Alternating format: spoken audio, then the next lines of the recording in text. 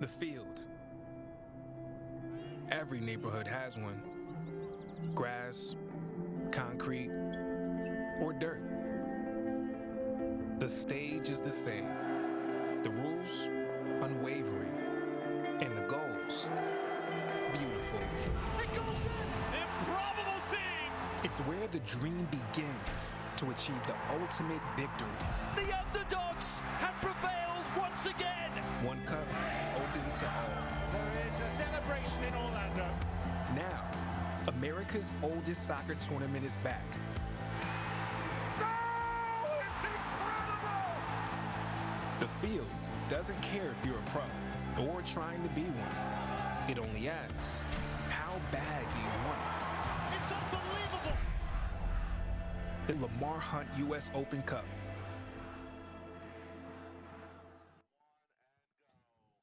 Good evening, everybody, and welcome to Gillette Stadium in Foxborough, Massachusetts. Tonight, we bring you coverage of the round of 32 in the Lamar Hunt U.S. Open Cup as Major League Soccer's New England Revolution play host to the USL Championships, Pittsburgh Riverhounds. Sean St. Jacques, Casey White on hand for you for this one. A place in the round of 16 is on the line. And of course, Casey, we have two star-studded managers at the helm of these two teams, the two winningest active managers of the U.S. as far as pro clubs going at it tonight in Bruce Arena and Bob Lilly. It's always nice to see this type of success on the sidelines, leading both of these teams, but also the matchup between the two is just going to be great. 337 pro wins for Bob Lilly, 318 for Bruce Arena. For Josie Altidore, as we look at players to watch for New England, he's making his second ever appearance in the U.S. Open Cup. His first ever start. The last time he played in the Open Cup, he was 16 years old, making his debut as a professional with the then New York, New Jersey Metro Stars. He played 16 minutes. He plays again in the Open Cup tonight.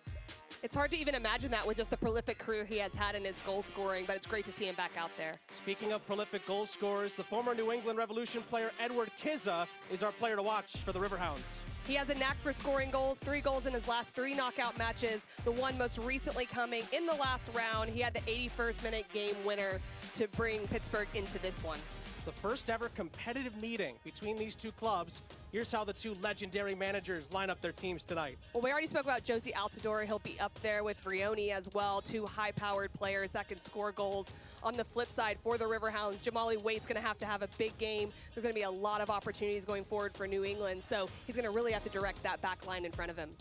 Gillette Stadium has been a fortress for New England this season. 8 games unbeaten in the league, 9 unbeaten in all competitions for New England. But Pittsburgh, in their Open Cup history, tend to make life very difficult for Major League Soccer opponents. It expects to be a really, really fun tie tonight in Foxborough. Matthew Thompson is our center official. Pittsburgh, in their black and grays, get us underway. And we're off and running in the round of 32 in the Lamar Hunt U.S. Open Cup. Anytime New England and Pittsburgh in any sport get together, fireworks are expected, and a place in the round of 16 is up for grabs. And not only is it going to be a challenge for the Riverhounds, but also being on the road as well. So it'll be interesting to see just how they start and how quickly they get into the game. Bob Lilly's boys off to the races here. Robbie Mertz, who's from Pittsburgh, lays it off. Shot does come in. Early save for Earl Edwards Jr. in goal for New England, and a positive start for Pittsburgh. Well, I guess we got our answer, right? Right away going forward. Such a great opportunity for the Riverhounds just in the first minute of play. There are some notables on the bench for Bob Lilly's group. Albert Dequa is the biggest, 7 goals in the league this season for Bob Lilly's group. He's on the bench, and we had a chance to talk with New England this week, and assistant coach Tom Vandenberg told us that we were expecting Kizza. We're really hoping that we can slow him down. He's not in the lineup, and of course Bob Lilly's team going through a congested part of their schedule. We'll see if we see him later on, but Edward Kizza is certainly a tough cookie to deal with himself. New England have it in possession. Kenny Yotu. Sit back out wide. Latif Blessing, who came over in that big deal with LAFC during the offseason, controlled initially in the midfield, and then Renix sends it back for a reset to Omar Gonzalez and company at the back.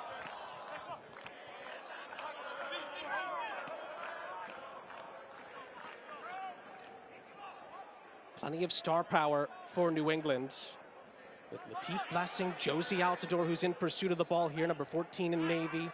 Omar Gonzalez, his former U.S. World Cup teammate, of course, about a decade ago in Brazil. And Pittsburgh, despite the likes of Canardo Forbes and Albert Diqua on the bench, Bob Lilley telling us, does have to manage some of the minutes for the guys he's playing tonight. It still expects to be a talented group and a very together group. Pittsburgh overall, as you see some shirt pulling there, it's actually going to go against the Riverhounds. Well, as Christian McQueen was able to do the work defensively there for Bruce Arena's bunch. In the Open Cup against MLS opposition, Pittsburgh's 1-6, just the one victory.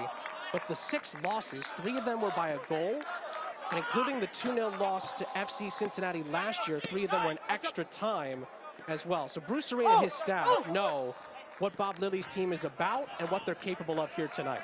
And Bob Lilley is such a good manager, understands how to organize his players, just tactically so sound, and they buy in and they have that game plan. And so you can just see by how close games have been, I would expect something similar today because they'll stay organized. Here's Mertz for the Riverhounds. Spreads it out wide, plenty of yellow shirts queuing up here for Pittsburgh in the opening minutes. Great drive to the byline, cross comes in, McCoon deals with it initially. Mark Ibarra recycles. Ibarra loops one into the center of the penalty area. It's headed out for Renix to control. Justin Renix will win a throw on the near side after the sliding challenge comes in from Burke Phelan.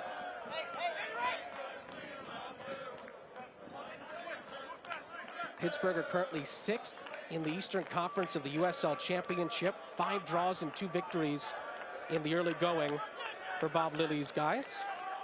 11 points on the board. Just the 1 road win, though, in the league this season. It's been something that Bob Lilley's group has been trying to work on throughout the season. So that's what makes this test so tough for a New England team, of course, coming in unbeaten in the last 8 in the league, 9 overall. The last league loss for New England, you have to go back to March 12th, a 4-0 loss to LAFC. Since then, no defeats in all competitions. We talk about it being a good start for Pittsburgh, but you speak about the form of New England, they're not going to be panicked. They're going to say, okay, like, let's weather this storm here early on, just keep our shape. They've faced so much competition in MLS this year and have shown that they can really just, as the game goes, continue to play themselves into it. And that LAFC loss is the only loss New England has suffered in the league this season. Mertz again has had plenty of space to operate on this far side. Cross does come in for Mertz, and he loops it over the top of Edwards Jr.'s goal. Out for a goal kick it goes. New England got here through a 2-1 win over Hartford Athletic last time out in the Open Cup. 4 saves for Edwards Jr. in the win. Dave Romney, who's on the bench tonight for Bruce Arena, and Justin Renix, who you saw earlier, number 12 in the navy blue, were on the score sheet against the USL Championship side. There's a challenge in behind on Latif Blessing. Free kick for New England.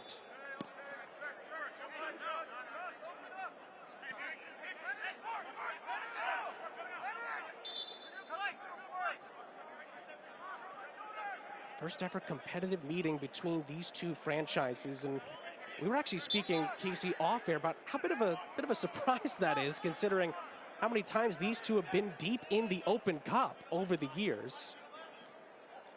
But it's great to see two clubs, yes, at different levels, but with similar pedigree, come together. Yeah, it makes for a really interesting matchup, especially with the success New England Revolution's having, and then, like we talked about earlier with Bob Lilley, just his ability to get his team organized. But you can also see that they're going forward with Shawunmi going up top. We talked about Diqua being on the bench, but with him up top and Kizza supporting underneath, and even with Harmon getting down that far side flank, they're already showing some ability to make New England a little bit uncomfortable. Talked about some of the Pittsburgh reserves. Emmanuel Boateng on the bench tonight, along with Brandon Bai. Carles Heel, of course, probably should have been the first name I mentioned, on the bench as well tonight. Pretty notable player for New England, available if Bruce Arena calls upon it. Good hold-up play from Altidore. Set forward from Panayotou. Talked to them earlier this week. And one of the younger guys in the team, he just talked about how excited he is to play for a trophy. This young career, this is the first trophy he's had the chance to play for. And even Bob Lilly talked about that with his guys. The younger guys get more excited than the older guys. Some of those older guys for both teams have been there before. They've played against MLS teams where they've been deep in the Open Cup before. But when a trophy's on the line, it's just a different animal.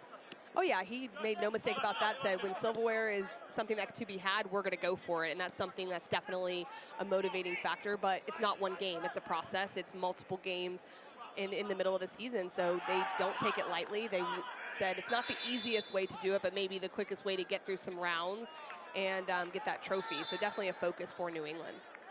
Again, we talked with Dave Vandenberg, Bruce Arena's assistant this week, and like you just said, Casey, you know, it's not the easiest path to a trophy, but it's the quickest. 6 games and you can play for a trophy and potentially make club history. So that's the importance that both of these coaches have put into this game tonight. And this is getting towards the nitty-gritty. A round of 16 spot is up for grabs. That's where New England were eliminated last season at the round of 16 stage.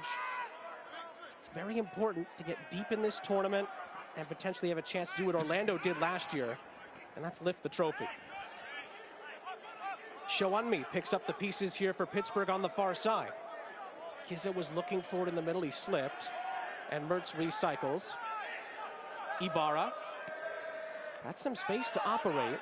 Tries to switch the point of attack under this beer sign. Danny Griffin, who just recently re-signed with the Riverhounds after a brief stint with Huntsville and MLS Next Pro, loses out. And it's headed forward for Pittsburgh to recycle.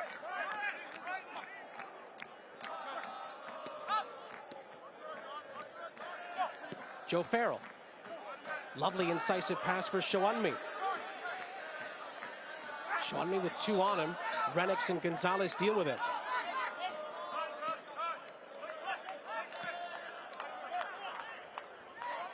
You know, we talk about the pedigree of both of these coaches. You talk about the Open Cup runs. It really says a lot about the managers to be able to really figure out, okay, how do we manage minutes? How do we get different players in? You talk about across 6 games, but how do you do that and still continue to have success? So for those coaches that can do that and really figure out how do we keep everyone fresh, how do we keep everyone clicking, it says a lot about the ones that can make the deeper runs. There is Bob Lilly. 337 professional wins as a head coach for Bob Lilly. For those that follow the USL Championship, you're not going to see many coaches with a better resume than him. And Dave Vandenberg talked about the respect that him and Bruce Arena and the entire staff have for what Bob Lilly's done. Renix makes a nice run in the middle for New England. And Vrioni tried to find some space. 3 goals in the league this season for him. Comes out for a recycle. Bolma thought about crossing it back in. He has Omar Gonzalez in support. Gets it back. Justin Renix. Joshua Bola. It's recycled for McCoon. Some probing here for New England. A lot of touches for Bolma. Gonzalez. Near side, Bolma again. Lovely skill. Chops it onto his left. And a Yo2 central for Latif Blessing. Opportunity here for Rivera. Cross comes in. Renix couldn't get his head to it. It's going to be flicked out of play for a New England throw on the near side. When you could see early on in that spell of possession where the Riverhounds were exposed kind of in a deep, wide area, but they did well to recover and just make New England recycle. But those balls that are being whipped in is something that the Riverhounds definitely knew they'd have to be aware of. It's something New England likes to do. So their marking in the penalty area going to be really important today. Ellis flared forward again for Vrioni. Cut out. Ibarra will play it out wide for a recycle.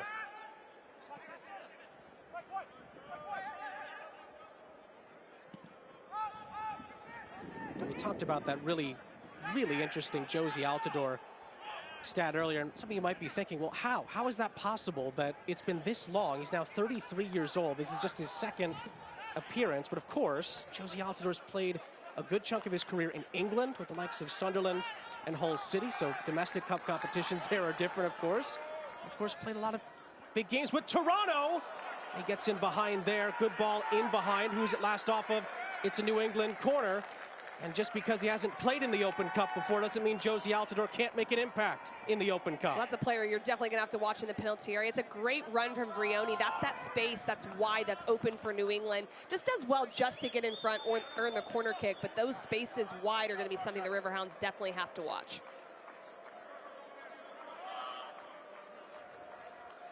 Can Josie Altidore make a first in his career, a first Open Cup goal? Goes in towards Vrioni. It's a good central header. Pittsburgh don't initially deal with it, but they do boot it out of their own penalty area.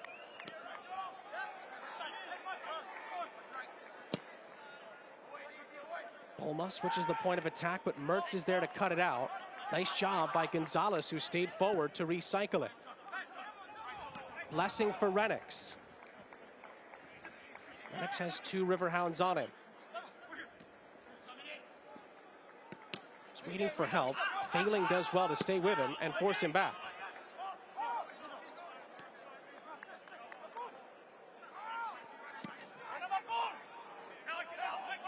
Pittsburgh had a good early chance inside the first 2 minutes. That was saved by Earl Edwards Jr. And since then, the two teams have been feeling each other out, it appears. When they're trying to expose that space, it's a good run from Bolma going into the space in behind. But the way the Riverhounds are set up with that 3-back and the 3-5-2, it allows those 3 center backs to just watch for anything that comes in there. So just really well organized. But the more the outside backs from New England come up, it's going to create problems there just because of the 2v1. Of course, New England has a very good history in this competition. 2007 winners of the Lamar Hunt U.S. Open Cup. They won in Dallas, or I should say Frisco, to be more specific. 3-2 victory in the final in 2007. Of course, Bruce Arenas won the Cup with DC United back in 1996 as well.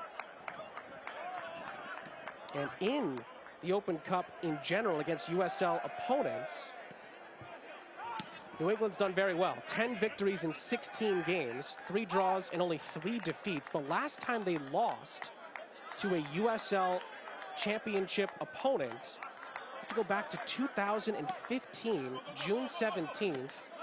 The now USL League Oneers, Charlotte Independence, beat them by 1-0. 8 years ago.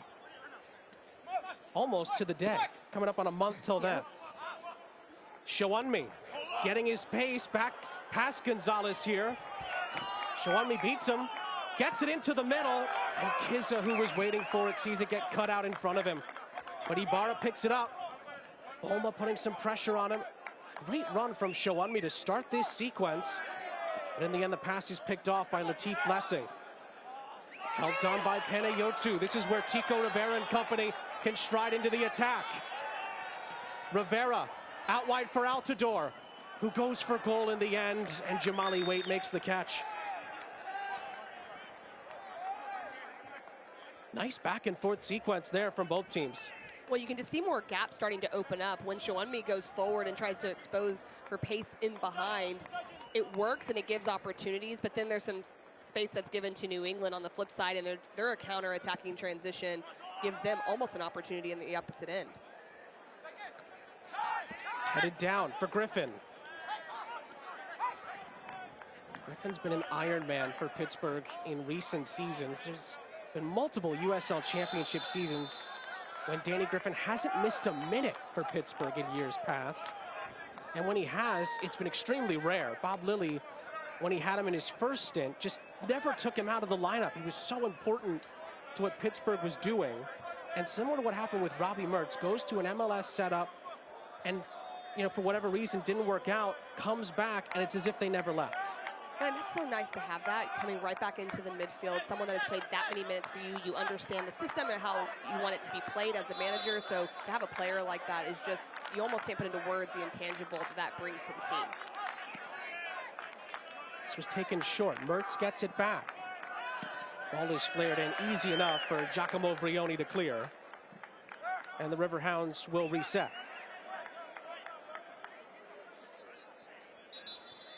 Again, one of 4 games currently going on in the Lamar Hunt U.S. Open Cup. No goals in our first two games, with Inter Miami taking on Charleston Battery, Charlotte taking on the defending champions Orlando. That'll be one to keep an eye on throughout the night. And then, of course, the rivalry that was the last time that Josie Altidore played in the Open Cup. Red Bulls DC United has kicked off as well. That's also scoreless.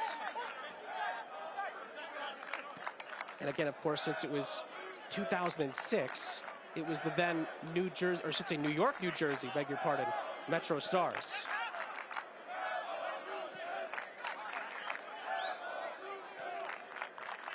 Well, Edwards Jr. has already been called upon to make a save tonight. Gonzalez, he already knows he's got a handful in Shounmi on this near side. Sends it forward. Good shielding by Renix. Panayotu.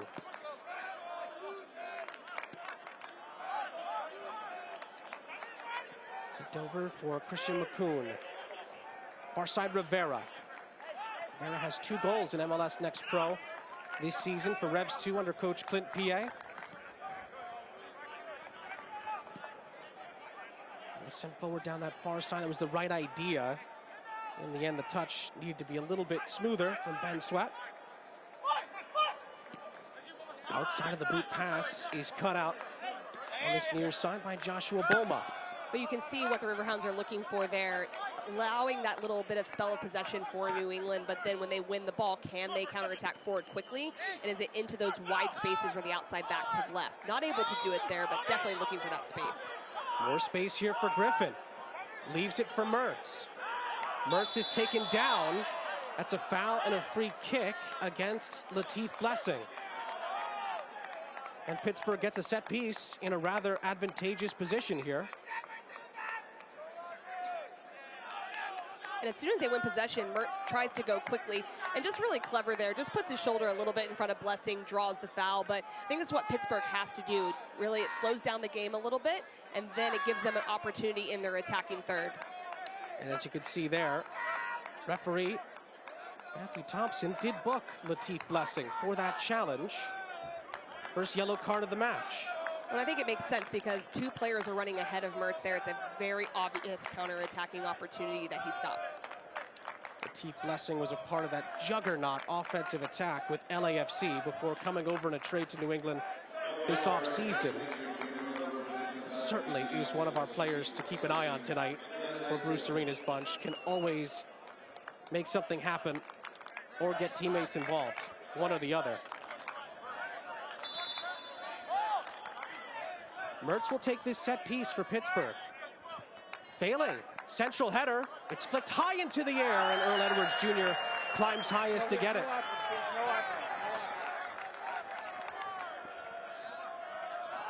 Right off of the Bob Lilly training ground there.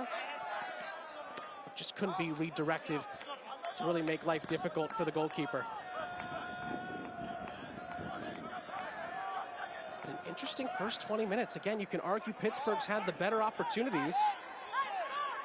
And as we've already documented, they are a tough nut to crack in the Open Cup, even for Major League Soccer opposition. And there's been already some good early signs in the attack as well for Bob Lilly's side. Here's Kizza, the former Revs player. Griffin.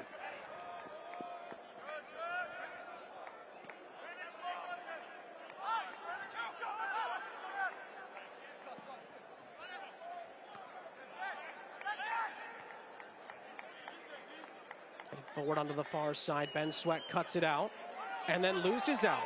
DZ Harmon picks his pocket. Threading it through for Shounmi. He couldn't quite find him. But in the end, a challenge was needed on that far side from McCoon. It's out for a corner. And it was just really good individual defending from Harmon there. There's the organization piece we've talked about and just that buy-in, their ability to be patient defensively, the Riverhounds. But a lot of this counterattacking is coming from individual 1v1 defending. It was one of the questions that you actually asked Bob Lilly about how they're going to attack New England in possession. And we've started to see it already, what the Riverhounds are capable of.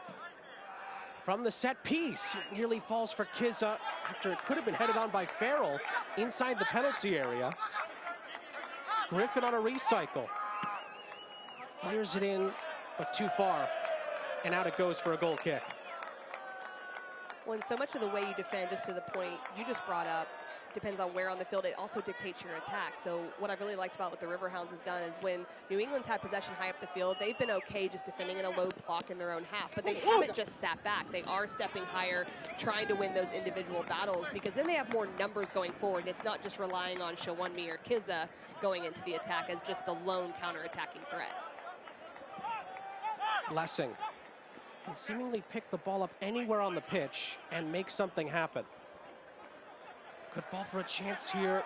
Vrioni, maybe a brief handball, but I should say penalty appeal there. I think it might have been a bit half-hearted. We play on with Mertz. Able to leave it off for Mark Ibarra. Decent amount of yellow shirts flooding forward here. Griffin. Shawunmi's in the middle. Shawunmi leaves it here. DZ Harmon curls it wide of the post.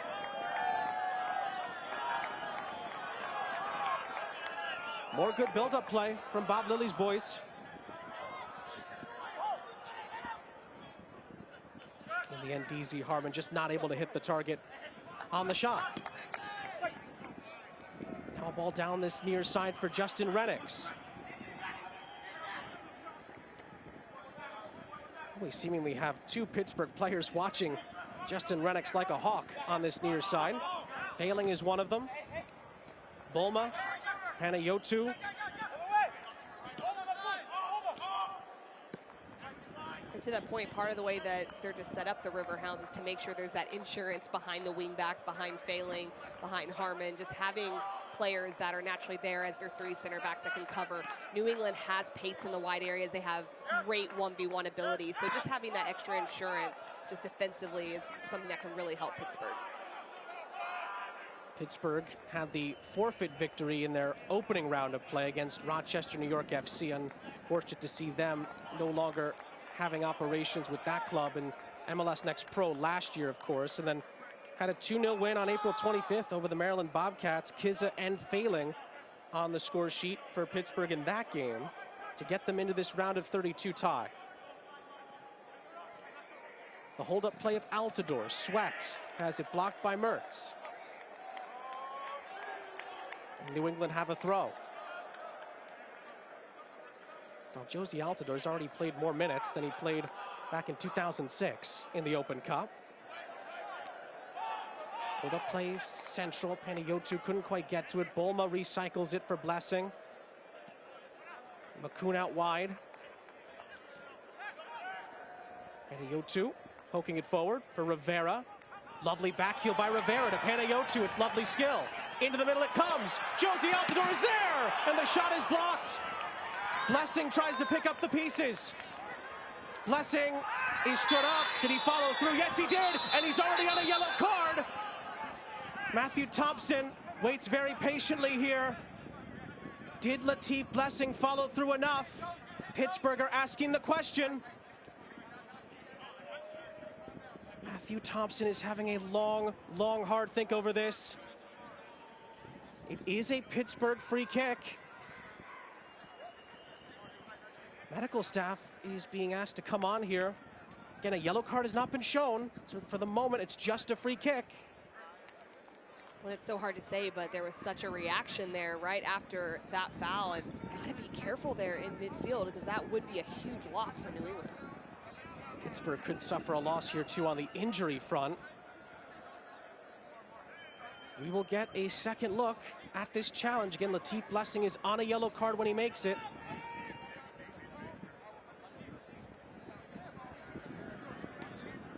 And just coming in late there. Yeah, I mean, that's right after the attack, and the boot appeared to be up on that tackle. Joe Farrell is the player who's hurt. It was higher than I thought it was live, Casey.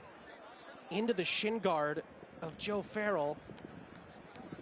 And I think Latif Blessing might be a very, very lucky boy right now. I completely agree with you. I think it being earlier in the game, and there's a lot of players right around right there, but definitely on that replay, it looked like a reckless tackle. Well, maybe if this was the 56th minute, not the 26th, would we be having a different conversation here? Certainly Bob Lilly's group thought that could have been a second yellow. You could see his reaction. Joe Farrell, he's on his feet at the moment, but he's being helped to the sideline. And look, there's definitely a conversation going on there, which is interesting. There's so much time left in this game. So something that we're going to have to keep an eye on is there isn't obviously a card coming, but watching Blessing in that midfield, and is he going to have to lay off some of those challenges? Does that open up space for Pittsburgh, or could it be something that affects things later on? We play on. Latif Blessing stays on a yellow. We wait the status of Joe Farrell, and it's a free kick for the Riverhounds. It'll be interesting if we will have to come back to that moment at some point tonight. As far as the importance of it staying as just a foul and just a free kick. Ball is threaded through here. Panayotou couldn't get to it. Failing, sends it back for Jamali Waite.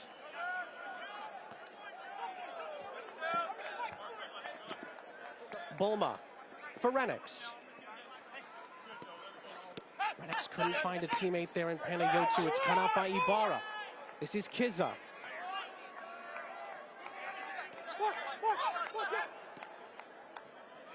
Failing. And Ibarra resets.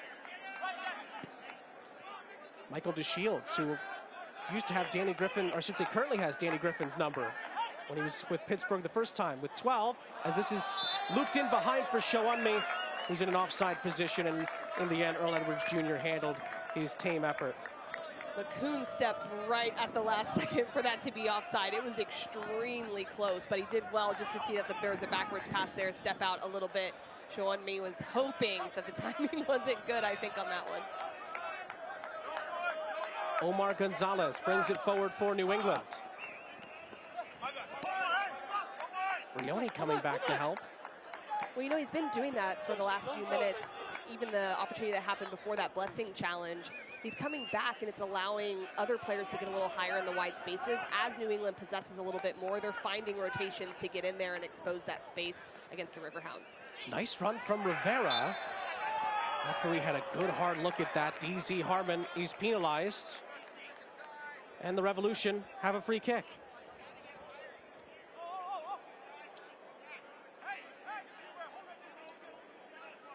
Damian Rivera, or Tico, as some call him. He's been playing so well for Revs 2 in recent years under the aforementioned Clint P.A., who's their head coach. He's been getting more and more first-team opportunities. It's part of this great pipeline New England has. Renix has been a part of that as well. Flicked on here for Brioni in the middle by Altidore. Pittsburgh clear their lines. Out wide by Sweat. Rivera. Shielded away by Harmon, and it's a goal kick.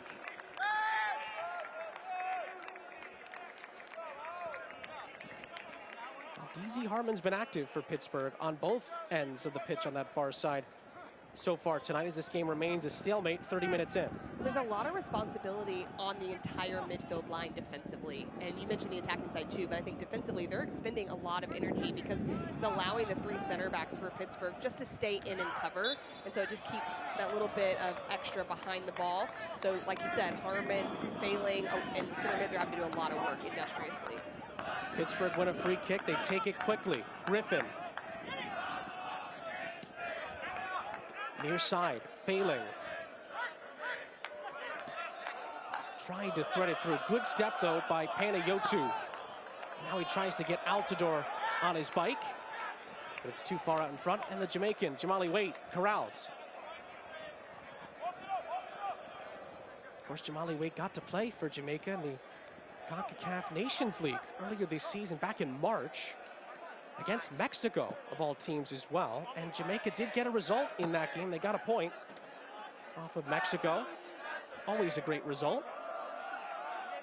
I think what's important for goalkeepers as well, when you play different teams, whether it's different nations, teams in different leagues, like you see different types of attackers, different types of build-up play and things like that. So if you're a goalkeeper, not only to face different things, but also how do you organize your back line to thwart those attacks, it's just more and more experience for him.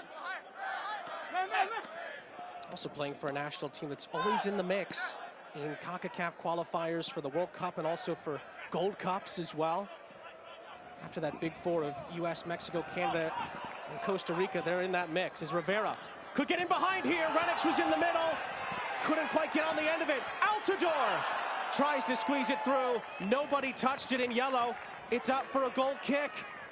And this is just unbelievable recovery defending right here. They do expose the wide space. This is a great run by Rivera. Look at that from Failing, just getting right in front. It's all about positioning and effort there. And then the second chance opportunity just going wide. But you've got to applaud the effort to get inside and make sure he's back, but also to be in front of Renix on the back post. I think Burke Failing might have a bloody nose as well.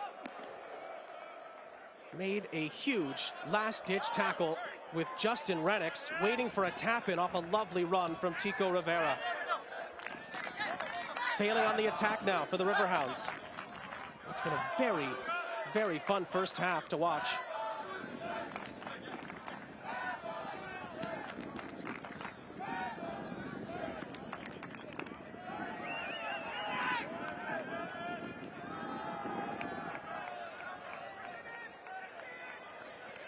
Fans dive deeper into the thrills and drama of the Lamar Hunt US Open Cup. Join the conversation on Twitter and Instagram at Open Cup and on Facebook at Official Open Cup. Sean St. Jacques, Casey White here with you. Really fun half of Open Cup soccer so far between New England and Pittsburgh. Another MLS versus USL Championship affair as Earl Edwards Jr. gets a little cheeky with the ball inside his own 6-yard box, and Show on Me sees him just about deal with that. That's some confidence, huh? I think Bruce Arena's heart may have skipped a beat. We play on. Ibarra. Griffin. Trying to find DZ Harmon. In the end, New England send it out for a throw-in. And here's that moment again from Edwards Jr. in his own 6-yard box. Excuse me. Yeah, the prep touch to go one way and to go the other, that was even a little bit scarier. But to be fair, he dealt well with it and showed a little composure there.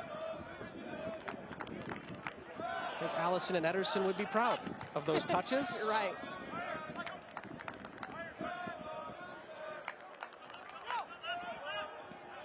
Pittsburgh on the attack. It's headed into the path of Griffin. Falls kindly for him. Danny Griffin marauding on the edge of the penalty area. DeShields. Failing.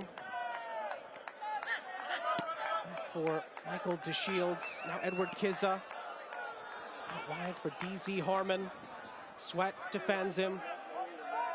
Harmon now with 2 on him, pushing a chase into the penalty area, and Omar Gonzalez makes a big tackle there. Concedes a throw into the visitors.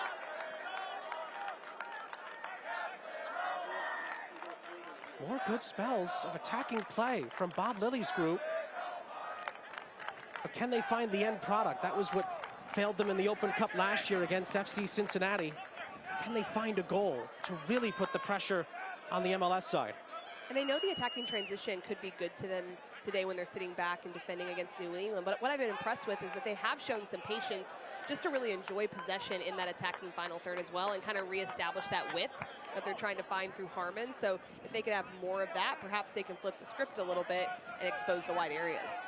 Offside flag did go up, but the referee, Matthew Thompson, and his assistant saw the advantage. They communicated. They allowed New England to play on. Good refereeing. And New England controls.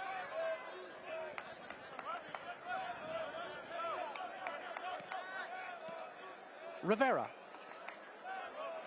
To Panayotou, who's been all over the place in the midfield for New England in this first half. Gonzalez for Renix, who heads it down for Altidore. Bolma. Back for Altidore. Gonzalez resets. McCoon had a big challenge earlier to stop a Pittsburgh attack. Panayotou turns into space. Gonzalez near side, Justin Renix. Was that Failing? Back heel for Josie Altidore. More probing from New England. What can they create from it? Sweat out wide. Damian Rivera. Again, good shape from Pittsburgh. No opportunities for New England to really breach their back line.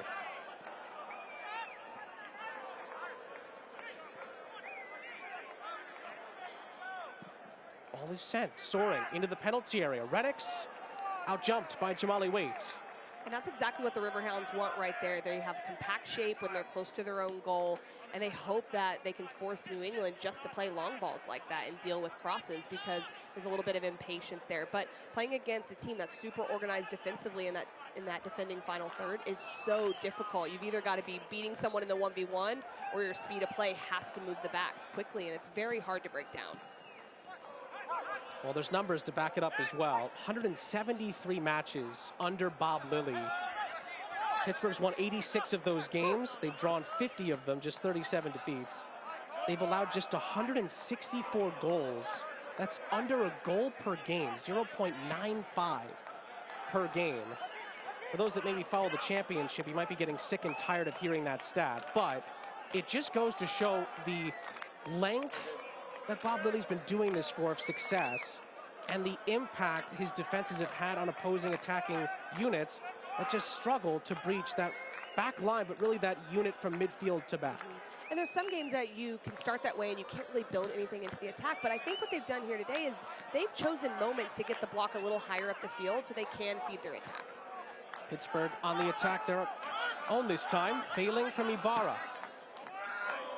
Feeling curls it into the middle. Shawunmi's header. Griffin's unmarked. Right back to Shawunmi.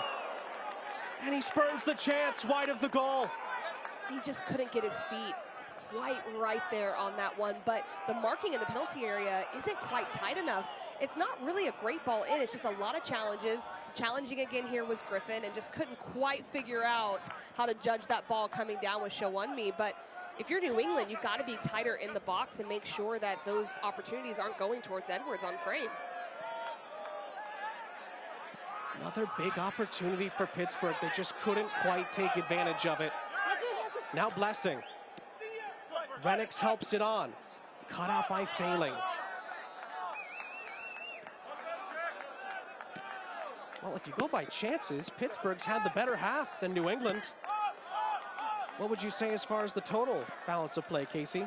Well, I think they've conceded possession, the Riverhounds, to New England when they felt it makes sense for them. So if New England establishes possession, hey, let's just get organized, let's not chase, put pressure when we can. But what I think they've done well is when they have won it, they haven't just needlessly given it away, just pushing forward. And so that's what's made it really hard for New England and why Pittsburgh has gotten chances. Kizza. Running out of space. The two 19s come together. It's out for a throw. One of the things you got to think about, if they concede more and more possession to New England, will they fatigue, right? And that's what you got to think about with managing of players and personnel coming in, or will there be bigger gaps that come? And New England, the more they find Vrioni's feet and the more they can keep possession, it could tire out the Riverhounds as they defend. Shawunmi. Dragged back by Gonzalez, but Griffin is in support. Great ball in by Griffin, but it's too far over the head of Kizza. Panayotu down the line for Renix. Great first touch from Justin Renix into space here. He awaits help though in support. Goes at Failing. Still Justin Renix, it's a lovely run. And his ball into the middle is cut out by Mertz. Did so well there initially. Justin Renix just couldn't find a teammate, and Mertz snuffs out the chance. But Mertz, Ibarra, and Griffin are just doing so well to recover because it looks like such an obvious opportunity, but then there's so many bodies right there in the penalty area. Mertz goes back to work for Pittsburgh.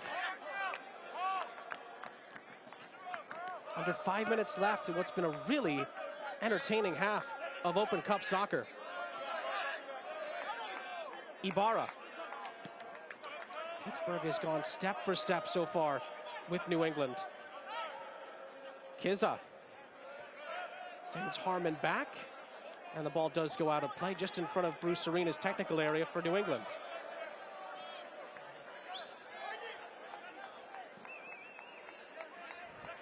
Rivera. Blessing gives it away. Kizza invites Griffin into the attack. DeShields.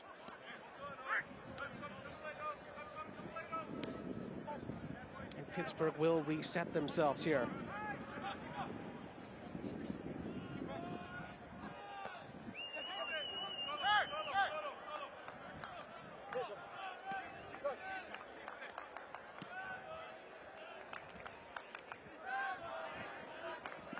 Christian McCoon for Gonzalez.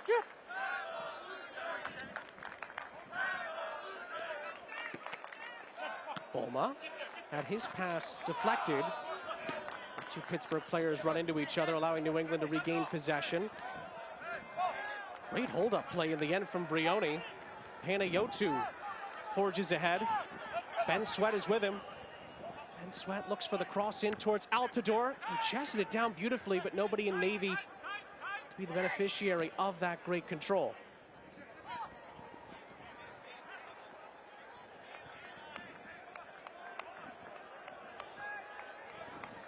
Harmon wins a throw after being harried by Jack Panayotu.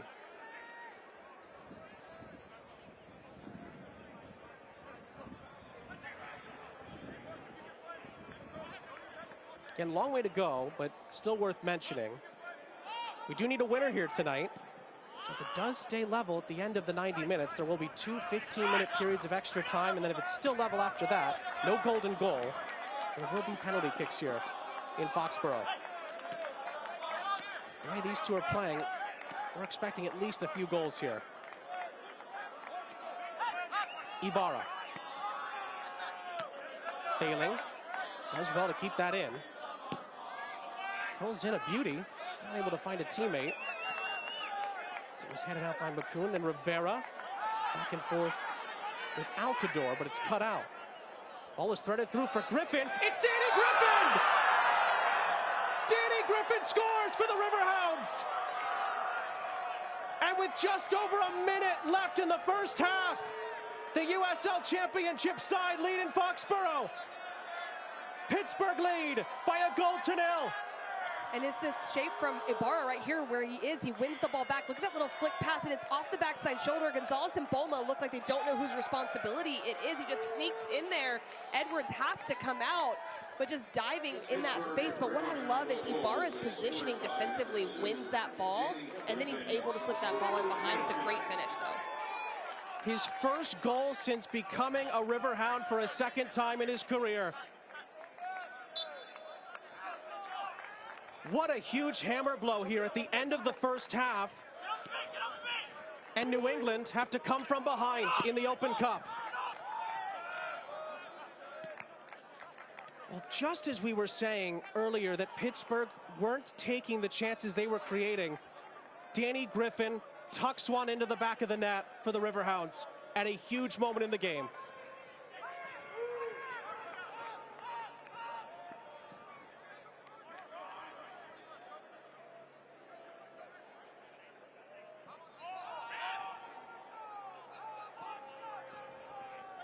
Gonzalez controls as we enter one added minute at the end of the first half. Some of the New England players looked a little shell-shocked, Casey, after that goal went in.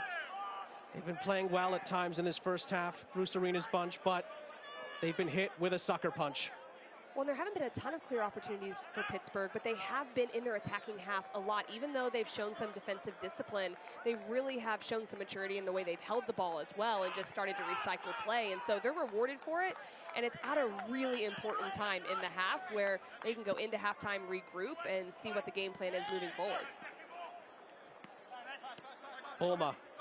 Can New England create a chance to get level right before the end of the first half? Sweat from McCoon. Ball played down the line for Rivera. Panayotu. New England do have to create something quickly here. Bulma for Altidore. Ball's got to go in the penalty area, but that's it. That's the end of the first half. Pittsburgh Riverhounds of the USL Championship play a phenomenal 45 minutes here in New England. Danny Griffin's first goal since returning to the Riverhounds gives them the lead going into the halftime interval. And I think if everything else is the same and you go in tied, if you're New England, you just say, keep being patient, we'll be able to wear them down. But this changes everything because now there's got to be much more of a sense of urgency. Play the same way, but now you've got to go forward even more. Could we have a cup set in the making in Massachusetts? Huge 45 minutes coming up for New England and Pittsburgh. It's the underdogs, the Riverhounds, who lead at the half by a 0-0.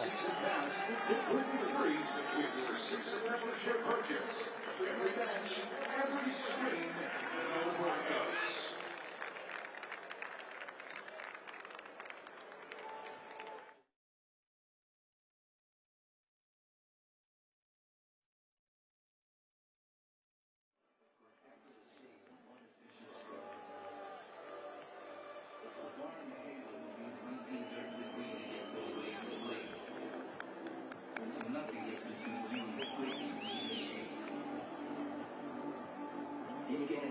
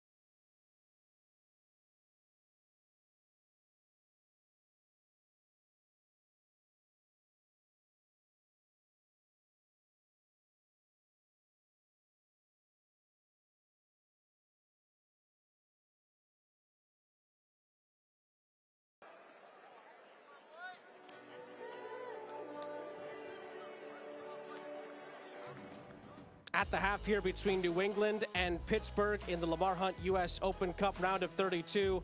Pittsburgh's in front by a 0-0. Can the USL Championship side pull off the cup set? Sean St. Jacques, Casey White here with you, breaking down the first half highlights from this one. And we start with Rivera on the attack for New England, one of his many forays forward in the first half.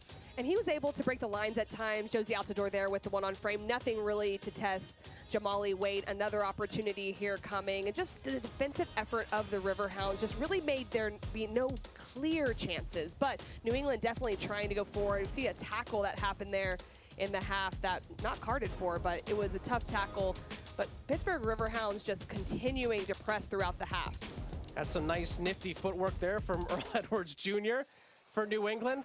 But Pittsburgh had some great defensive moments, but were really good in the attack at times, and they continue to create opportunities. But New England would go back and forth in this first half, but Pittsburgh did create opportunities. This was the big moment, though. Griffin's goal right at the end of the first half. So opportunistic and just really some patience in possession. Right there, that ball from Ibarra just created some confusion. It was that little bit of outside of the foot, a little deception. Gonzalez and Bulma not really sure who was going to take responsibility there, and Griffin makes the most of it. Halftime stats, the big one, shots on target. Pittsburgh in front there, 3-0 in that stat. Danny Griffin's first goal since his return to Pittsburgh for a second stint separates the sides. Well, the stats for me show exactly how the first half felt. A lot of possession to New England, but more opportunities for the Riverhounds. They were really smart in the way in which they attacked and were able to create opportunities going forward. Big second half for New England, up against it after a big goal from Danny Griffin. It's the same 11s for both sides at the start of the second half. And again, both teams have plenty of reserves on the bench with plenty of quality. And we'll see if that makes an impact in the second half. But for the time being, the underdogs from Pittsburgh are in front with a place in the round of 16 on the line. New England will be attacking from right to left here in the second half. Not entirely surprised that there's not any changes for either side. You would expect around that 55, 60-minute mark to see some players coming in for both sides. But because it was pretty back and forth in a lot of ways, I can see why the managers just want to continue to let it go. Lovely first-time ball out wide here for the goal scorer, Griffin. Griffin, couple of step-overs. Into the middle for Robbie Mertz. Mertz tried to poke it through. It could fall for him again. New England do clear their lines. There's been a couple of moments like that where Pittsburgh have been given a lot of space and time in the penalty area. Mertz can't create a chance from it. Almost looked like it was begging for Robbie Mertz to hit that on target, try to create the chance instead. That's exactly what I thought. A little too unselfish there because right inside the penalty area, not a lot of space. Why not just test Edwards early on in the second half? Failing out wide for the Riverhounds. Tries to deal with Renix. It's out of play. And it is a New England throw.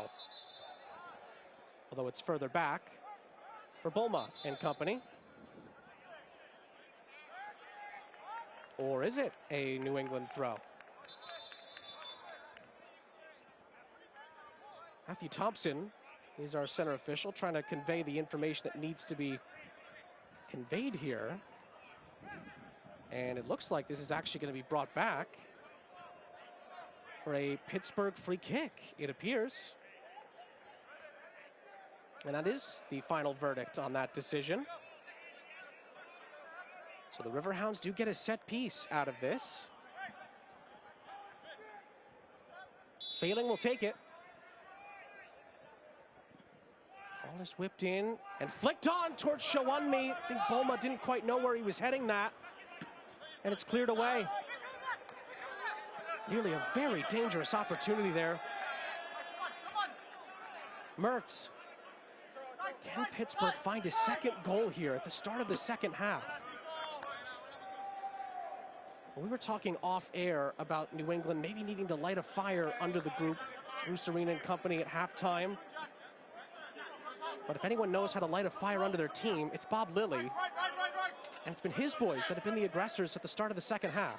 But there's such a fine line between patience and urgency, and when do you use what? And I think that New England could use a bit more urgency when they're going in the 1v1 situations just to create something. Harmon in for Shawunmi. It's a miscue on the kick, but Earl Edwards Jr. had his head on a swivel.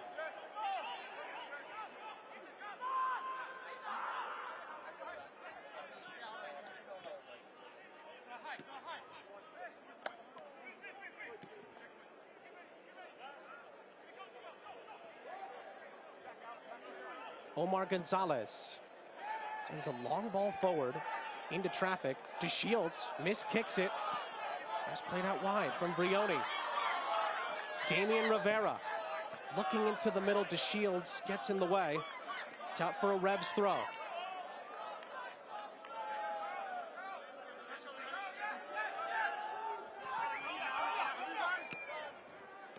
First half was entertaining, at some points exhilarating.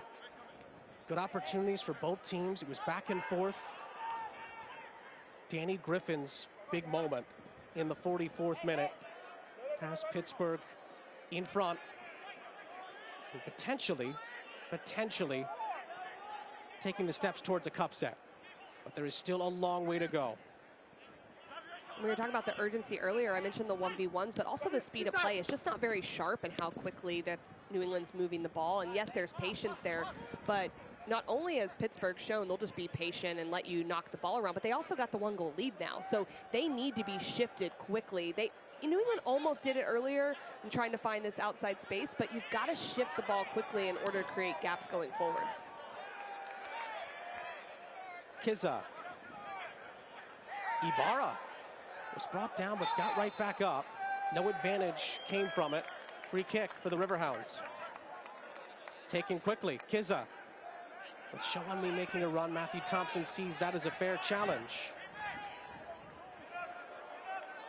Olma really forced Renix out of play. Reset for Gonzalez. Near side, this is Sweat. Through the middle for Altidore.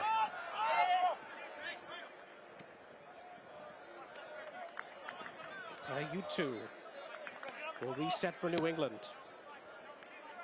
Well, some of these stats we kind of hinted at earlier are worth reiterating. 16 times the Revs have played USL Championship opponents. They've won 10, they've drawn 3, they've lost 3. Great ball in here for Altidore, couldn't quite square it up. But it is out for a corner. Although Pittsburgh disagree with the decision. Multiple players saying it came off of Altidore last, including DZ Harmon. It didn't look like Altidore made an appeal for it. He got the call and walked off, so veteran move there. Make sure not to say anything and just take the corner kick you're given. New England's trying to get to the round of 16 for the 5th time in their last 6 Open Cup runs. Pittsburgh are proving to be quite a hurdle here. From the corner, Gonzalez trying to get a touch onto it. Handball appeals from the fans, not necessarily the players, and it's out for another corner.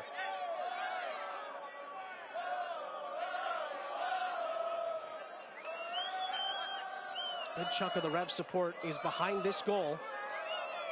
Can New England find a leveler? Ball is whipped in, a foul occurs, even though no one would have gotten a touch to the ball in anyway. Free kick for Pittsburgh.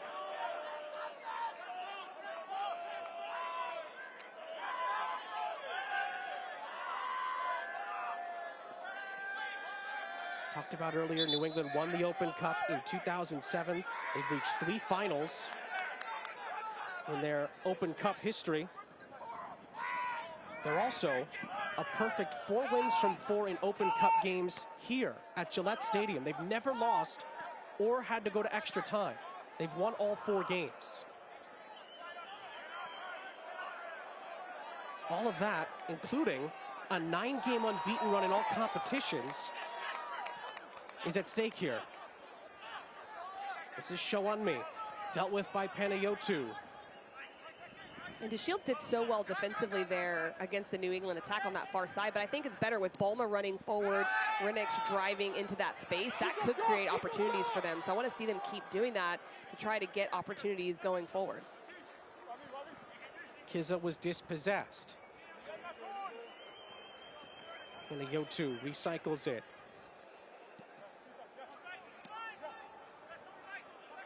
McCoon. That's a big defensive moments himself in the first half for New England. Latif Blessing, who some may feel is lucky to still be on the pitch right now. Panayotou threading it through. Could be a chance here. Frioni sizes it up, crosses it into the middle. DeShields got a touch to it. Sweat sends it right back into Justin Renix. It could still fall for Panayotou. And Jamali Wade gets onto it. and holds on to it.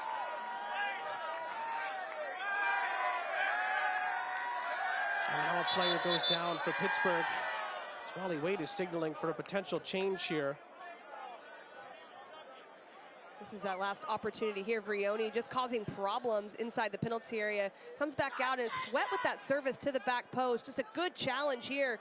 Peniotu just not quite ready for that one. Luckily for Pittsburgh, Waite came out very quickly.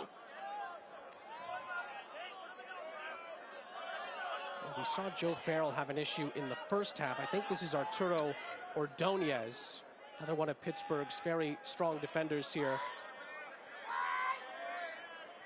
I beg your pardon, it actually is Farrell. So the first statement is the one that ranged true here. Had an issue in the first half. It's potentially been re-aggravated here for Joe Farrell.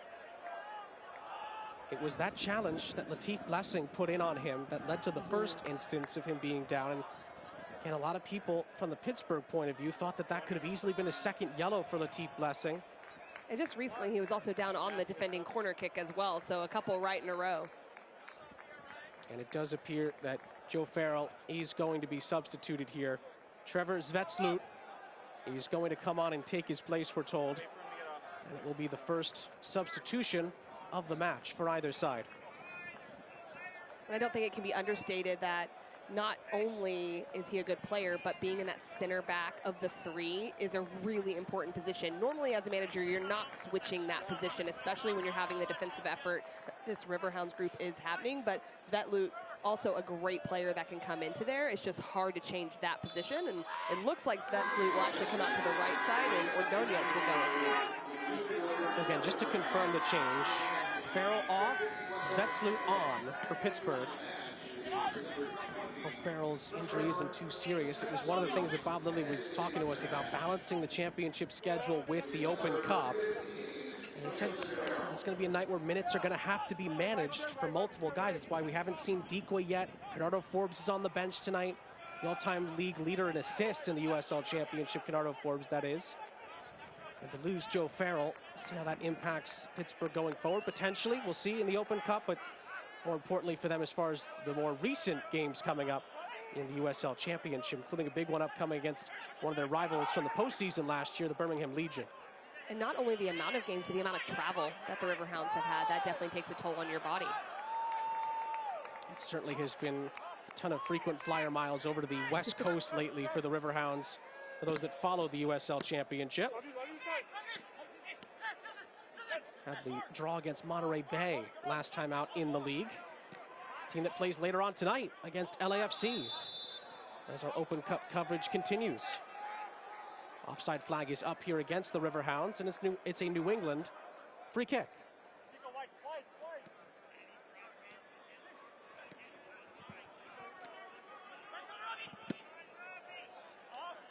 Ball is floated down this near side. Waite committed.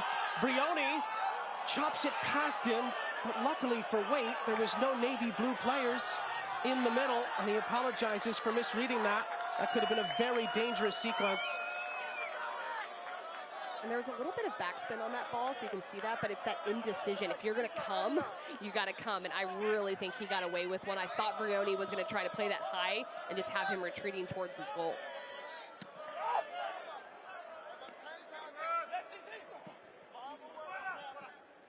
Tola Shounmi gives chase.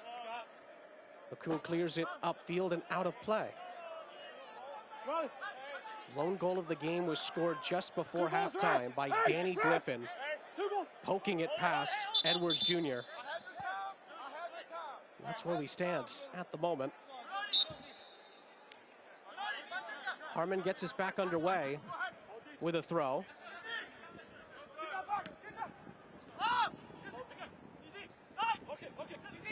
Nice turn by Harmon. Blessing had to be careful there, wins the challenge. Nice turn by Justin Renix.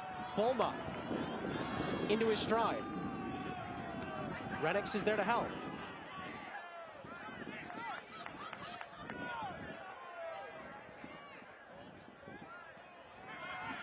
And the middle is cut out.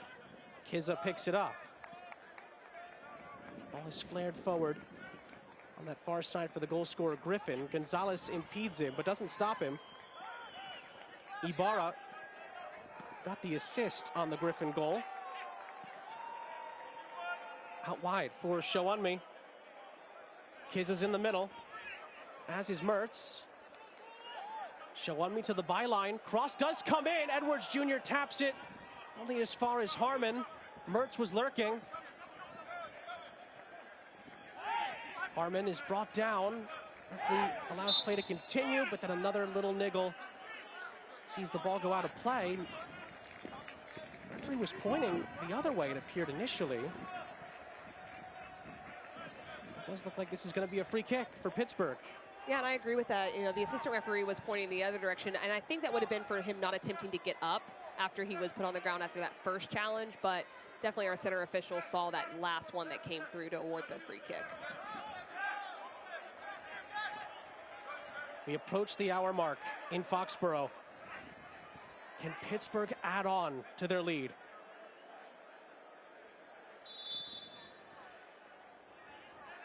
In by Mertz. Nearly headed on target by Ordonez. Kiza trying to head it for Griffin. Sweat clears only as far as Ibarra.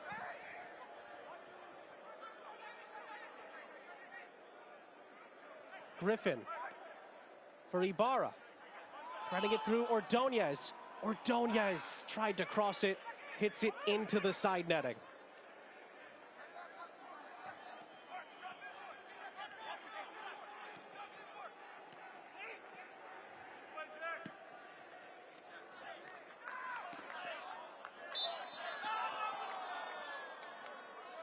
Rivera is stopped in his tracks here.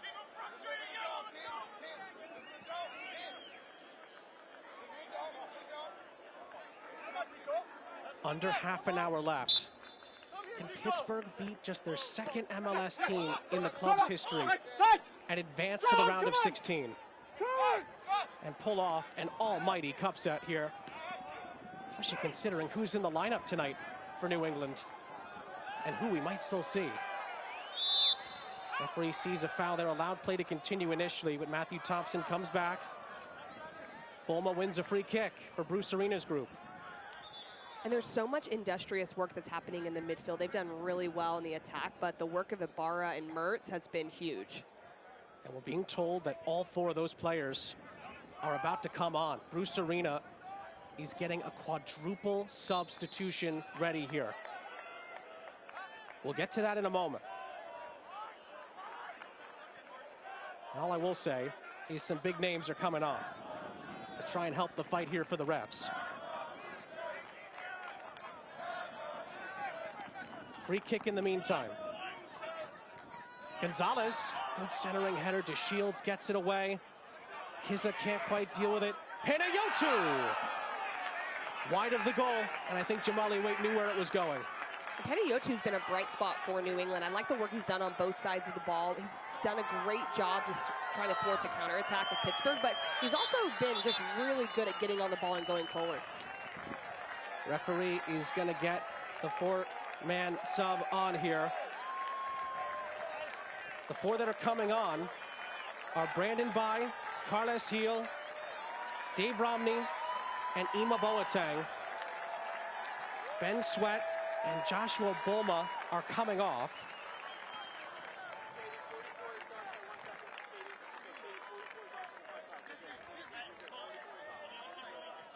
Coming on now is Dave Romney. And the other players coming off is Damian Rivera.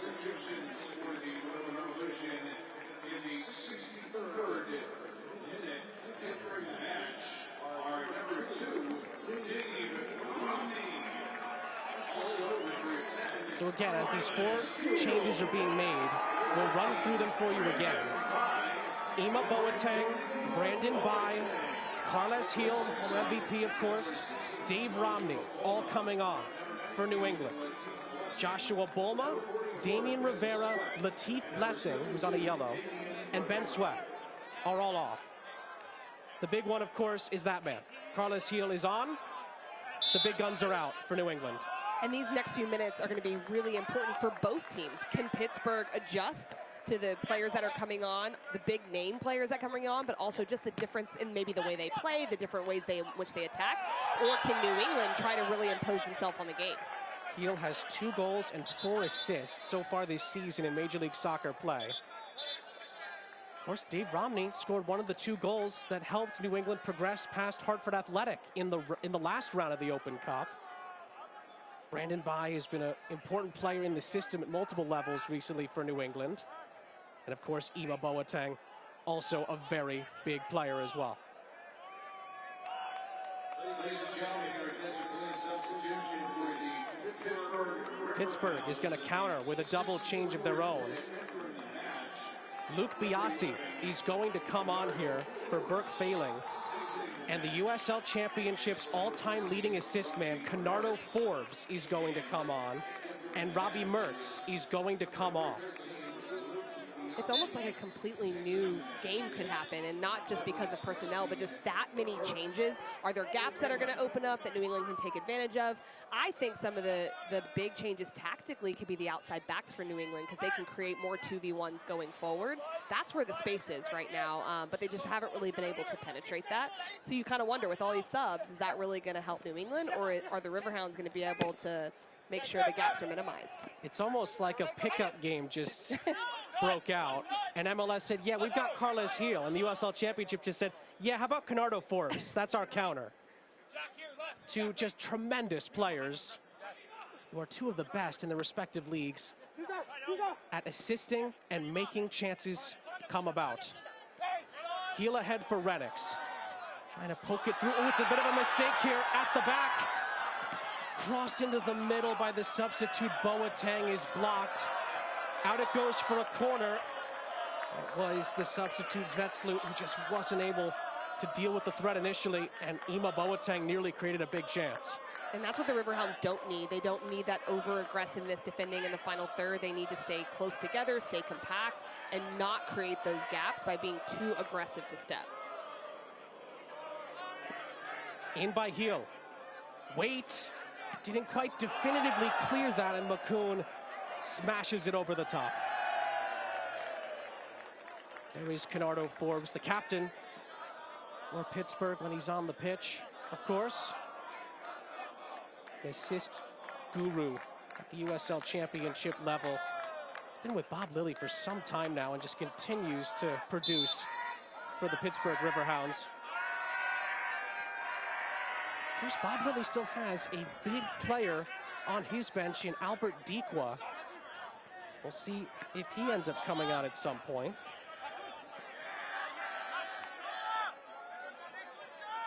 For Bruce Arena, Esmir Bayraktarovic is probably the biggest name left on his bench, a guy that's been bouncing back and forth between Revs 2 and the first team these last couple of seasons. As Bob Lilly looks on, his team still has the lead.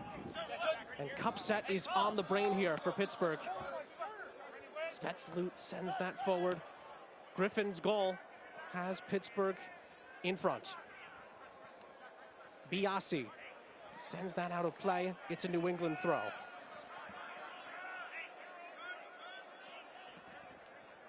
It's been since June of 2015 since New England's fallen to a USL Championship side. Can Pittsburgh pull off one of the biggest cup sets we've seen so far this season? Maybe in a few seasons.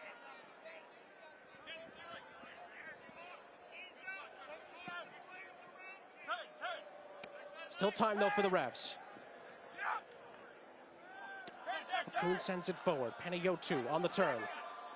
Boateng is with him. Forbes guards him.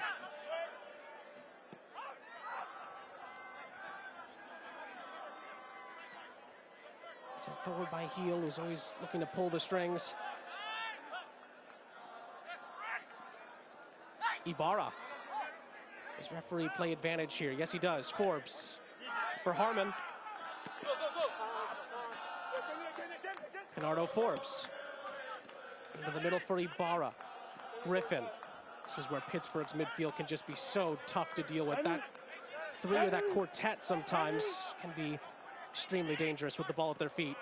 And the more that they can possess, New England's going to have to chase. There can be some more frustration that sets in, and they're going to push players more and more forward. There could be an opportunity for a counterattack for Pittsburgh to extend the lead, because as the more that this goes on, New England's going to have to press their outside backs up. Their holding mids are going to have to get higher just to try to create something on frame.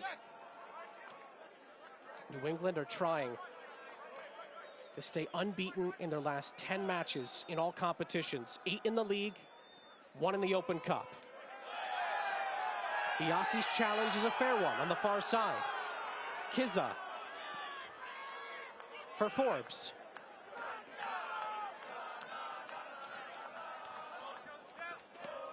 Harmon has his pass cut out by Ima Boateng. And a reset for Dave Romney and company at the back. Carlos Heel.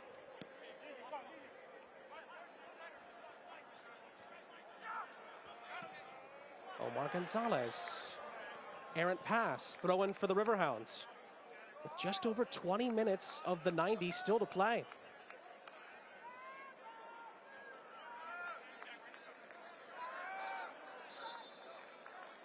Should mention this as well, Casey. Just took a peek at some of the other Open Cup scores. Charlotte on the brink of potentially knocking the defending champions out, up by a 0 over Orlando City. Red Bulls lead DC United by a 0.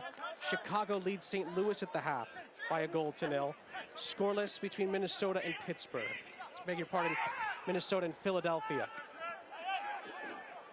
Here it's Pittsburgh 1, Revs 0. 20 minutes left of the 90. Kizza leaves it for Griffin. Ordonez is invited into the play. Harmon, down the line he goes.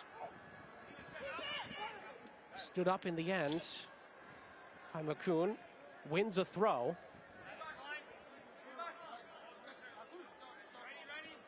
Harmon, I think, was trying to purchase a free kick there off the assistant referee. That would buy a little bit more time. But on top of all of that, I think they're doing really well and just not throwing anything just into the penalty area. They are really trying to just go forward, but if not, kind of keep it. And that just takes the air out of the game. It doesn't allow New England to have any momentum. And Pittsburgh can continue to do that with a corner kick opportunity here. A second goal here would be potentially a crucial blow in this tie. Or can New England fight their way back and get on level terms? I have to say, so far, Bob Lilly's side have managed this second half extremely well. What can they do from the corner? First time ball whipped in by Ibarra. Nobody there in a yellow shirt to really attack it after Forbes started the set piece. It's retreated all the way back to DeShields. Griffin short for Harmon. Danny Griffin's goal at the moment could be enough for Pittsburgh to move on. Show on me. Griffin. Griffin out wide. Luke Biasi trying to thread it through for Kizza. Could be another chance here for Luke Biasi. Renix is on him.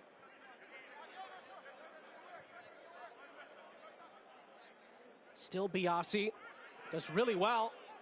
Show on me. Blocked. I think the flag might have stayed down there. Once again, New England doesn't quite have the anticipation required to stop the chance. Pittsburgh get the throw, and the Riverhounds look the more likely here. Yeah, and that's the thing. I think a lot of it, too, is coming from the front runners of Kizza coming out of his 10 position, and then Showunmi. They're continuing to play those, runs right and behind, trying to get balls, and that makes New England defend. There's kind of two trains of thought. Do we sit in and we have the lead, let them come at us, or do we continue to press? And right now, the Riverhounds, in good moments, are pressing and not allowing the Revolution to feel comfortable. Carlos Heel. Oh, it's a wonderful ball over the top. Vrioni holds it up. Gets the shot away, but Jamali Waite didn't have too much trouble with it in the end. And DeShields does so well on that because completely out of position was the back line of the Riverhounds. When you're a defender in that moment, you start to get a little bit nervous, but really you want your defenders to be more patient because they're inside the penalty area, and he does a great job just to force a shot that Waite can deal with. It was a top shelf pass from Heel as well. Just opened things up as we see a full-time score has come in. Inter Miami advances. Charlotte knocks out the defending Open Cup champions, Orlando City, as well. Mentioned this earlier, Red Bulls are leading against DC United as well. Chicago are in front at the half, and it's no score between Philly and Minnesota. Could we see a cup set here in Foxborough? DZ Harmon on the attack. Take a look at the scores and the upcoming games later on tonight. And of course, there's a great slate tomorrow as well in the Open Cup on Wednesday night. Harmon in behind. Forbes trying to get it back to DZ Harmon, who lays it off, and the shot from Ibarra is blocked. It's picked up by Kizza. It's blocked. Show on me! Blocked again! And the flag is up for offside. Multiple chances for the Riverhounds here. And the Revs Open Cup lives flash before their eyes. I mean, my goodness, they don't need a goal, but how nice would a goal be right now for the Riverhounds? It would take a lot of pressure off. The shots coming from everywhere, and Showunmi, I thought, had an opportunity there as well. The offside does come, but look at all the numbers that Pittsburgh's still putting in the penalty area to try to get that other goal. It's all still on the table here in Foxborough, but New England nearly were delivered another blow to them. Earl Edwards Jr. didn't know the flag was going to go up. Got to give him credit for making that save on Showunmi. And now Heel picks it up here for New England. Advantage is played. Heel goes on. It takes a deflection on his pass through the middle, and Waite collects. You just wonder how big those saves are going to be, because he made a few in a row there, even though one of them was offside, because there's a lot of time left with the players that are on the field for New England. Pittsburgh can't feel comfortable right now. There's some individual brilliant moments that are starting to open things up. Still 15 minutes of the 90 left. If New England can equalize, we could see some extra time play out here. But as it stands, Pittsburgh would pull off the cup set and move on to the round of 16. Ball's played forward for Renix. DeShields clears. It's a throw.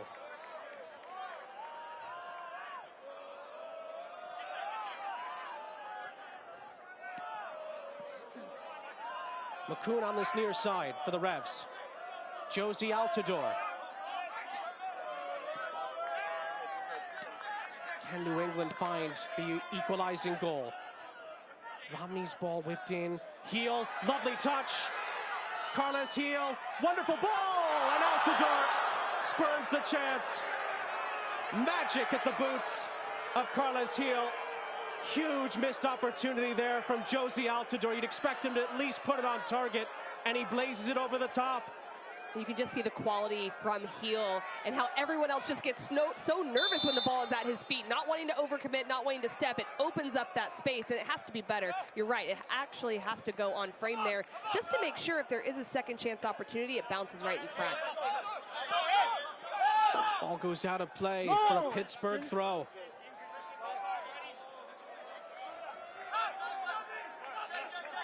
Pittsburgh are in their fourth round appearance in the Open Cup's history. They made a quarterfinal run back in 2001, the Riverhounds. Can they recreate some of that magic from 22 years ago here tonight? Forbes continues on. Griffin, whose goal currently sees Pittsburgh advancing.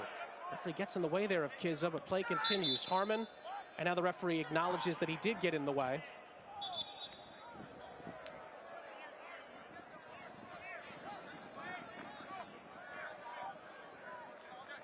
Meanwhile, Pittsburgh are going to go to the bench themselves here. Albert Dequa, he's going to come on. Edward Kizza, we're told, is going to come off. We'll get to that in a second. Two subs are getting ready. We'll get to that in a moment. All this flared back in. Showunmi couldn't get to it. Boateng picks it up.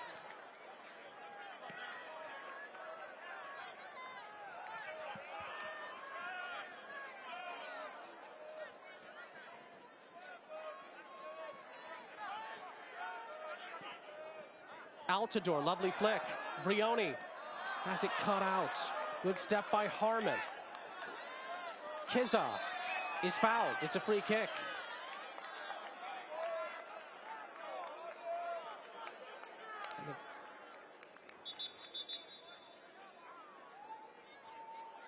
Here come the Pittsburgh changes. That is going to be Edward Kizza's last touch in his return to New England. Had a really good shift tonight. And the man who is the joint top leading goal scorer in the USL Championship, Albert Dikwa, is coming on here. 7 goals for Dikwa this season. And he's on to try to get the Riverhounds over the line here. I'm not surprised to see this change, and a lot of times you bring them in if they were down a goal, but a lot of effort has been put into pressing from Kizza and Shawunmi, so to have Dikwa come in, some fresher legs, and just continuing to put pressure up top will really help Pittsburgh in these moments. Junior Etu has come on as well for the Riverhounds. Tola Shawunmi had a great night himself. Leaves us just over 10 minutes of the 90 still to go. So much can still happen here in Foxborough. Harmon in behind for Griffin. Dikwa was in the middle. Griffin couldn't get it to him. Forbes trying to win it back. New England comes away with it. Heel. Boateng. Boateng into the middle. DeShields gets a touch to it. New England did make a change there as well. Esmir Bayraktarovic is on. Justin Renix is off. 2 players, big part of the future for New England. Switching places there. Panayotu with 10 minutes of the 90 left. New England need a goal to force extra time. Foul and a free kick there. It's going to go New England's way. Looks like the yellow card could be out here for Luke Biasi. That's exactly what's occurred. I was a little surprised by the card on that one, but you could see how high Brandon Bye's position was on that, and Biasi having to chase him all the way back. Now the outside backs for New England are just starting to have a higher position. You've got to, at this point in the game, create some kind of overload wide. We'll just take a look at the last challenge. Just coming in hard there. It was that second part of the clip that probably the card was from. Ball does come in. Etu gets it away. Boateng on the recycle. Bayraktarovic. Akun plays it back for Boateng. Panayotu not on the same page with Altidore or with Romney. Goal kick for the Pittsburgh Riverhounds.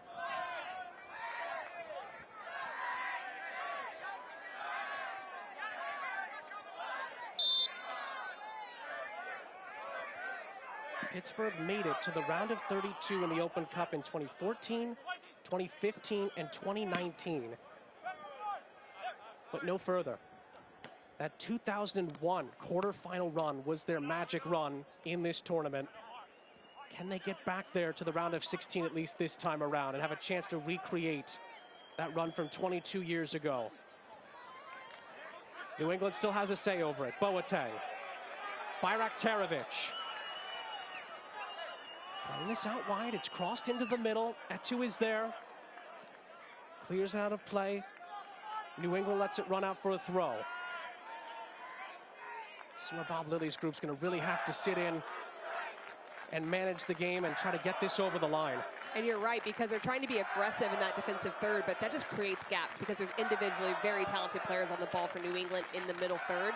And so that's going to be something that they're going to have to really just try to stay patient, even with all the pressure coming at them. Because look at what New England's committing forward, just leaving the 2 center backs in the final half. Boateng, bring it out wide. Heel, throwing it through for Ima Boateng.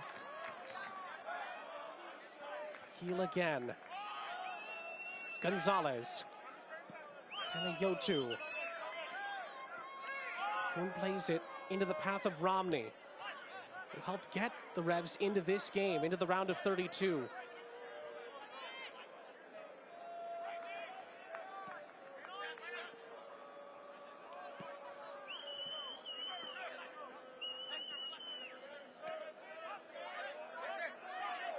Romney flaring it out wide. It's a lovely ball to switch the point of attack.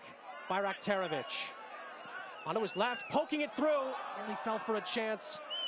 Pittsburgh is able to sweep it away. Dikwa and then Bernardo Forbes clears it out for a throw.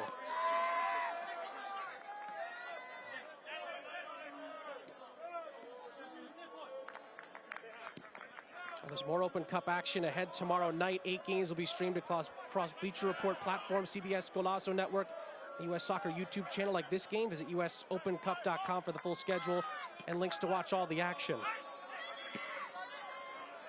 Ball is whipped into the penalty area, flicked out of trouble by Biasi. Bayraktarovic picks up the pieces, crosses it back in. DeShields, Panayotou couldn't corral it. Dikwa is fouled. Free kick for Pittsburgh. Yellow card for Panayotou. And I would expect to see more balls that are just whipped into the box by New England. You can see it starting to happen, especially to that back post area. The defensive marking is going to have to be very strong. Panayotou had the missed touch. Dikwa, a lot of work to come back and get it, and draws the foul.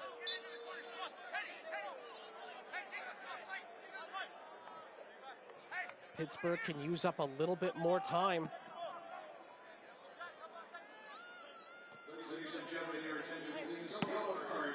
Boateng, first time ball. Svetslut heads it out of danger. The lone goal from Danny Griffin in the 44th minute, just before the end of the first half.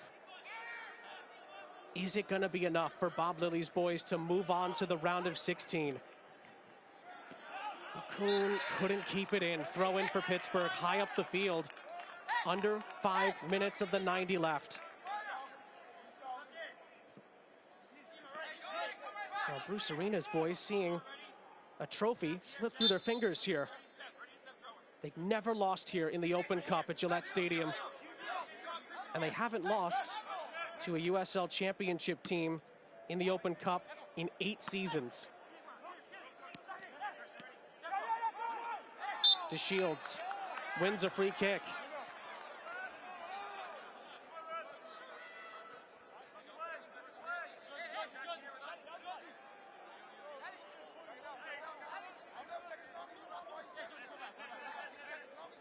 Griffin out wide. Pass is picked off. It's a good step defensively by Brandon Bai, who's on his bike here.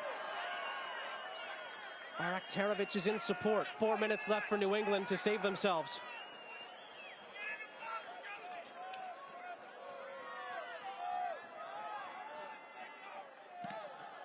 Griffin steps in. Boateng. Panayotou. Good steps defensively from Pittsburgh. Makoun. Romney. Boateng. Carles Gil. Does he have a rabbit that he can pull out of his hat here? It's a lovely ball in behind to the byline. Cross into the middle. Waite palms it out of trouble. Headed up further by Dikwa. Forbes picks it up. Bernardo Forbes is brought down. Referee blows the whistle. It looks to be a Pittsburgh free kick here. That's really smart by Forbes, and I was wondering, he wasn't really tracking back there, but he did such a great job. Instead of playing Dikwa in behind, just held up the ball. But this last opportunity from Gil, look at this footwork, the play in behind to play that ball outside of his left foot. This is a great opportunity, but Waite comes up big. And like you said, Forbes does the dirty work that's needed in that spot to win a free kick off of Christian Makoun. But here come the Revs again. Panayotou has his pass picked off, but the clearance is not a good one. Revs recycle. Bayraktarovic. Out wide it goes for Bai. It's a marauding run again from Gil. Boateng. Carles Gil's ball in. He's flicked out of play for a New England corner. Revs turning the screws, knowing they need a goal to send this game to extra time. Corner is taken quickly. Gil. Carles Gil to the byline, cross into the middle. It nearly deflected for Altidore. Didn't find him.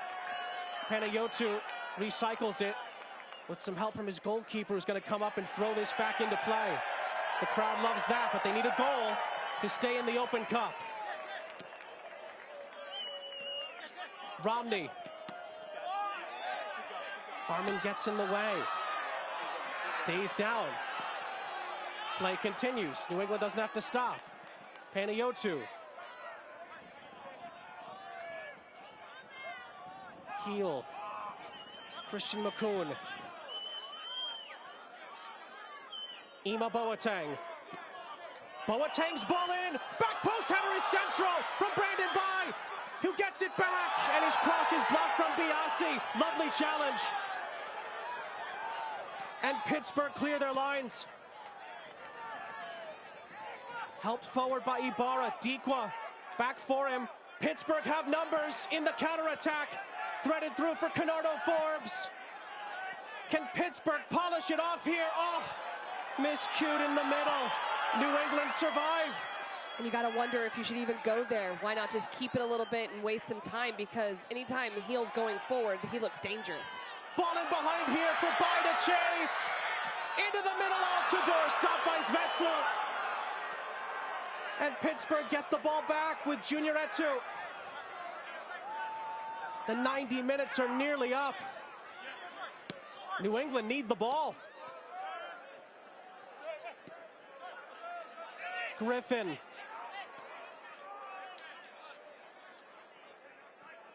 Ball is played central for Dikwa. Great hold-up play from him.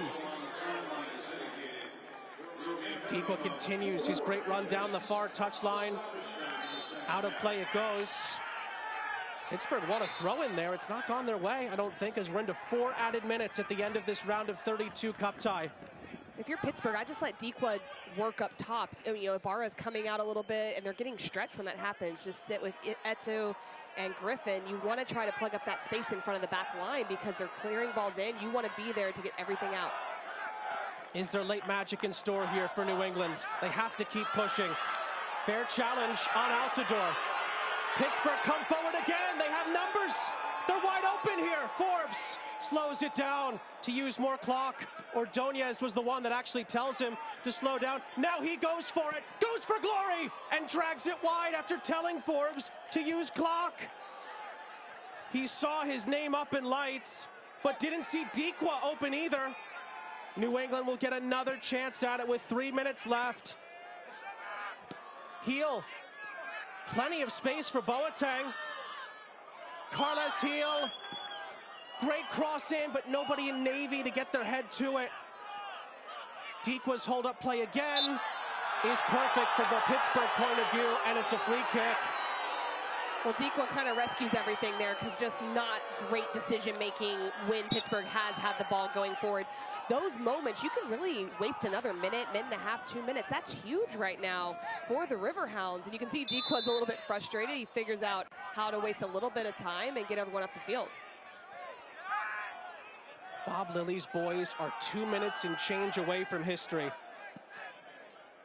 Can they get this over the line at the home of the Eastern Conference leaders in Major League Soccer?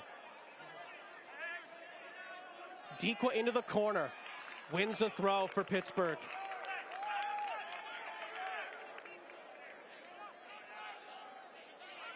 Well, we talked about their exit last season against FC Cincinnati for Pittsburgh Riverhounds in the Open Cup. They got it to extra time at 0-0. They couldn't find a goal in the 90 minutes. Tonight they found their goal, and they've been holding on ever so tightly to this lead since the 45th minute. Can they do it for another minute and a half? Can they knock out New England? Carles Heel. Time is of the essence here for the Revs. It's another lovely ball through. Bayraktarovic, shot is blocked. It's looped back into the middle. It's Omar Gonzalez who's blocked. It ricochets out for a New England throw. Of all people, Omar Gonzalez nearly creates the chance. They're throwing everything forward, which they have to right now. There's lots of gaps opening up, so it's a little bit scary for the Riverhounds. Final minute. McCoon recycles it. Romney sends it back into the penalty area. It's headed back out of play for a throw. 40 seconds left for Pittsburgh to pull it off here. They win the ball back. The goal scorer, Griffin, clears it forward fittingly. New England has 28 seconds. Boateng. McCoon. Is this the final roll of the dice for the Revs here? It's kept in play by Heel. Whipped into the middle, Bai's header. Nearly fell for Gonzalez. DeShields heads it into the air. Cleared away again by Griffin. Referee takes a look at his watch. And that's it! The game is over! The remarkable Riverhounds have pulled off the cup set! Pittsburgh comes to Foxborough and knocks out New England. Bob Lilly's boys march on to the round of 16 of the Open Cup with a crowning achievement. The way they did this is extremely incredible. Just not only getting the goal, that's hard to do, but to withstand the pressure they did at the end. You could see that players were tired from the Riverhounds. They gave every ounce of what they had to make sure they protected that lead. It feels like 2001 all over again for Pittsburgh. Just the second time they've knocked an MLS side out of the Open Cup, and Bob Lilly's group pulls off a remarkable shocker here in Foxborough. The Riverhounds beat the Revolution, and they move on to the round of 16 of the Open Cup, and the USL Championship plants its flag on MLS ground.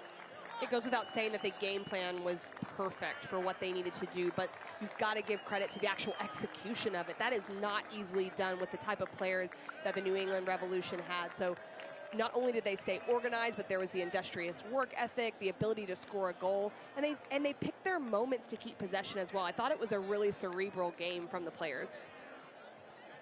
Bob Lilly's accomplished a lot in his career. This one has got to be high up there on the list. He's won trophies in his career, but knocking out Bruce Arena-led New England Revolution at Gillette Stadium has got to be high up there. Let's look back on how this all unfolded here in Foxborough.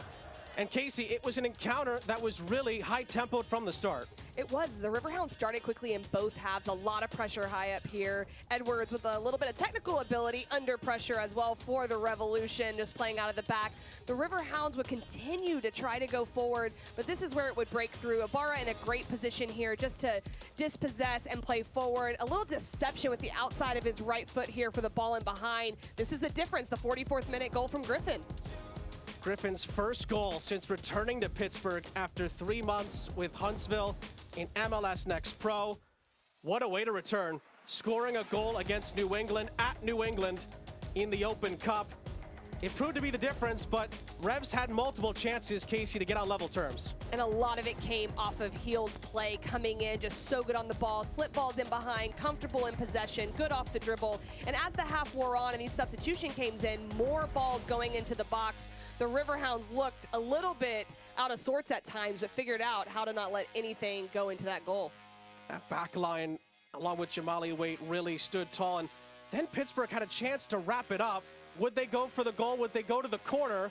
Instead, Ordonez misses the chance. Well, and these are moments that really are important for seeing out games. Luckily, it didn't come back to haunt them. They were still able to see it out, but that opportunity from Ordonez just went a little bit wide.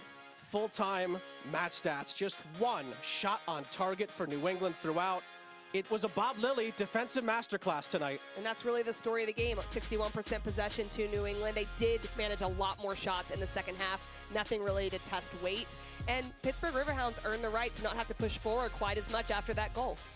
Pittsburgh fans of all sports love nothing more than to go to New England and win. That's what the Riverhounds have done tonight in the round of 32 of the Lamar Hunt U.S. Open Cup. What a way they did it as well. 44th minute goal from Danny Griffin sees Pittsburgh advance to the round of 16 for the first time since 2001 and knock out just the second MLS side in the team's history. For Casey White and our entire crew, I'm Sean St. Jacques saying so long from Foxborough.